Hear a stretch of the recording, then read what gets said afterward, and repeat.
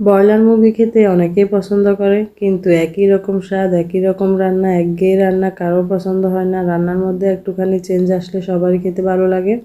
তাই আজকে একটু ভিন্নভাবে রান্না করব। মশলাটা কিন্তু আগে সেই মশলাপাতিগুলোই আছে, মুরগিটাও সেই আগে ব্রয়লার মুরগি।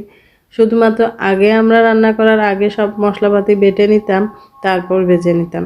এইবার রান্না করব আগে ভেজে নেব, তারপর বেটে নেব। এইটুকু চেঞ্জ আনাতে যে মাংসটা এত মজা হয় খেতে, সামান্য একটু চেঞ্জ করে দিলে মাংসটার টেস্ট আলাদা হয়ে যায়।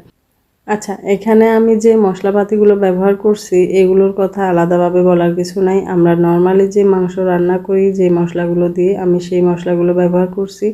শুধুমাত্র আগে আর পরে দেওয়া হয়েছে, এইটুকুই চেঞ্জ। আমি কষানোটা ভালো করে করছি, আর মাংস থেকে যে পানিটা বের হয়েছে আমি শুধু ওটা দিয়ে রান্না করছি, বাড়তি কোনো পানি ব্যবহার করি নাই। চুলার মাঝারি হিটে রান্না করলে ওটাতেই চলবে। তারপর